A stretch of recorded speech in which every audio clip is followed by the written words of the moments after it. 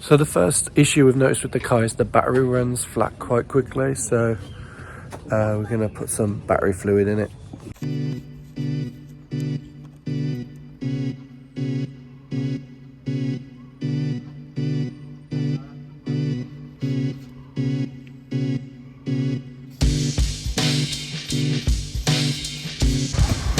So we've noticed a bodge job here. This is for the windscreen liquid in it, and then yeah, so we'll have to buy a new cap for this.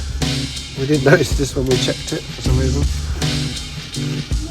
One of the other tasks for today is I'm gonna put cable ties on the wheel trims just to stop them falling off, because I don't want to have to replace them when I lose them, so best off avoid the problem before it happens.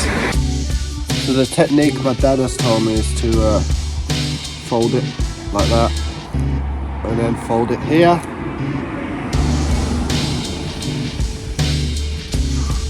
and apparently that will be able to fit through. I don't know.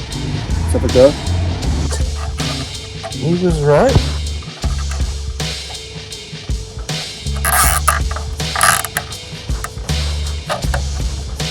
Lucky me. So I'm going to do the rest of the wheels, and I won't bore you with the footage. So that's what I'm doing. Try and do 2 on each, and then I won't lose them. I won't have to replace them. So I've got them all on, and what I always say is function before fashion. I'm too lazy to get my GoPro and put it on a tripod. There we go. Now, just pop that in the bin. So it's been a day since I charged up the battery and put some battery fluid in, and I went to work and came back and it was fine, but I've just got in it now and the battery's flat.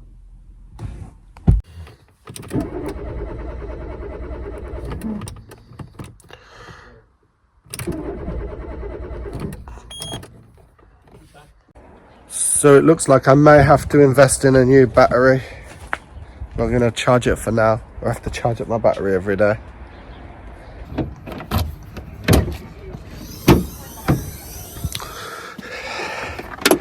Get this thing out.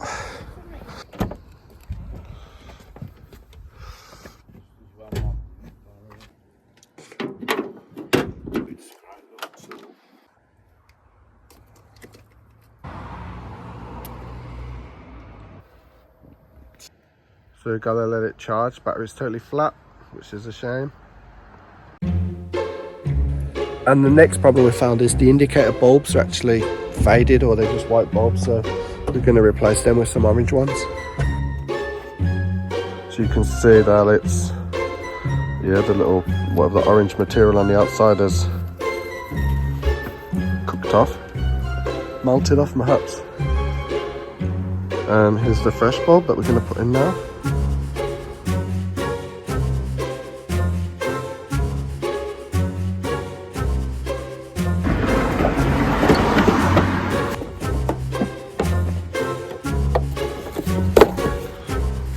Bulb's out.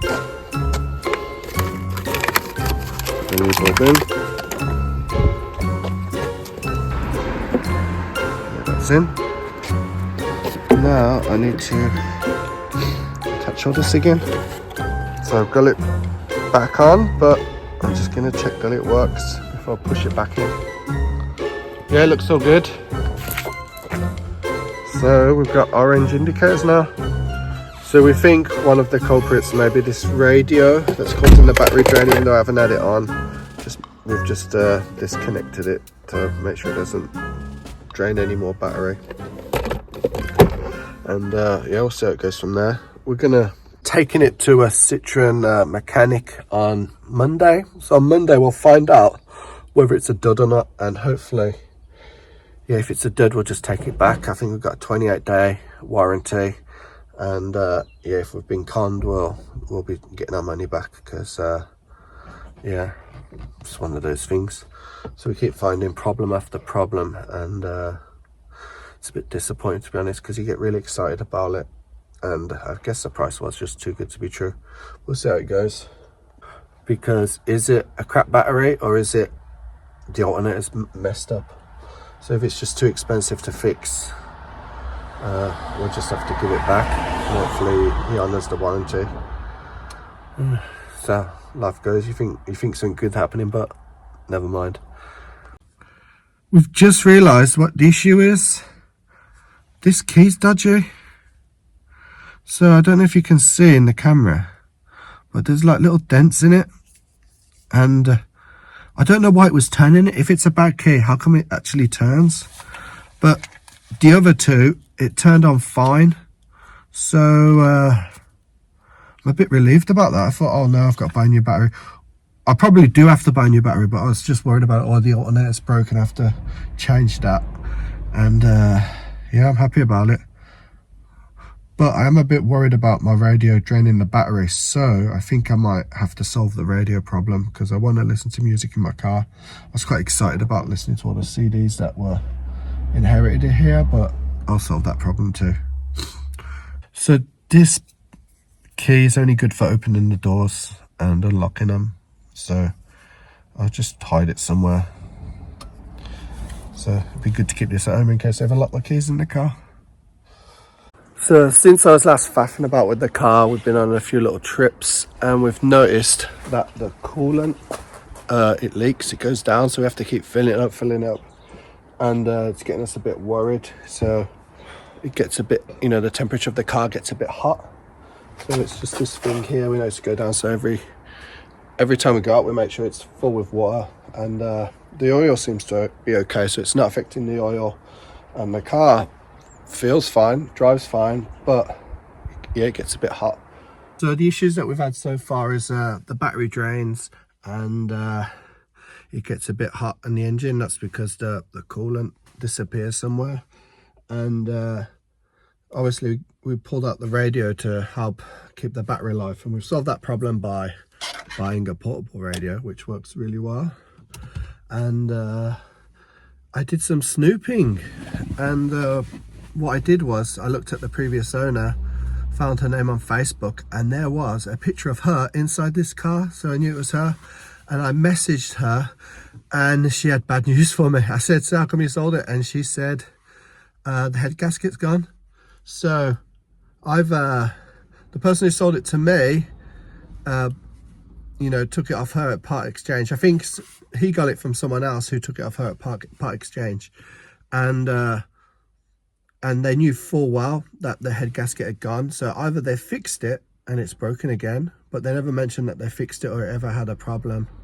So have I been conned? They told me I've bought a full working car, but they've sold me a car with a blown head gasket, or a dodgy head gasket. So we're going to take it into a garage, a Citroen garage, to see if they'll fix it. And yeah, it's just quite disappointing, because I was, you know, you just get really excited and you're really happy about, you've got something new and you've got something going good, but obviously life catches up with you and they kick you in the teeth. So but to be honest, it was too good to be true. It seemed like a really well priced car, and there had to be a catch. So we're taking it to a Citroen garage, and we're going to see, is it worth fixing, or should we use our 28-day warranty clause? So hopefully we can get our money back for this car and give it back, because you can't drive a car that is, you know, will potentially seize up and break, especially when you've bought it from a person who told you that it's fine and it works well and it's perfect. So they kept an important fact from us. Price, good price or no good price, they still misled us. So if it doesn't work, if it's a dodgy car and if it's not worth fixing, yeah, definitely want my money back. I actually have, like, you know, fallen in love with this car. It's fucking, I actually have really liked this car. Like, you know, it's really good, and it's everything that I want, and I've got so many good ideas for it, and how I'm going to make an extra bed in here, and I'm going to do all these things. But it's just so disappointing if someone's just gonna, you know, rip us off like that. There's other ways to make money, and yeah, it's just one of those things. So hopefully we haven't been conned, and it's fixable, or whatever. This thing is replaceable at a certain price. But even then, I think the man who sold us the car should be helping us rectify these problems, because it's we've got 28-day warranty. So here's the Citroen specialist, and it's just through here. We're at the Citroen specialist. The gate isn't locked, but there's no one in, and we have to figure out where do we actually put the keys from, because obviously they're going to be working Monday and today's Sunday. So yeah, we'll work that one out. And we've figured out that this must be the letterbox one, because you can see faintly it says Citroen specialist. Can you guys read that? And it says letterbox there. I should probably update that.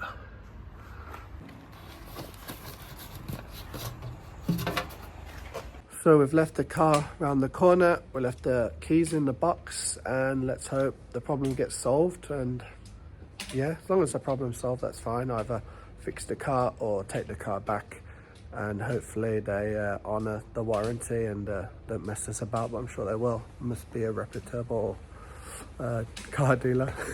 Let's hope so, if it's not like Matilda's dead.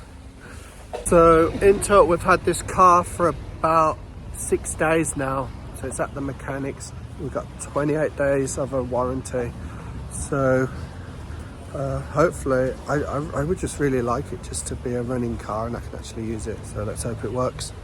So the car's parked up nicely here, and then wait for the people to come, and they'll come and collect it and take it into their garage. So goodbye. I've enjoyed having a car for 1 week. So yeah, I passed my driving test, had a car for 1 week, and now I'm back to square one, getting the buses. Not today, today I've got a lift.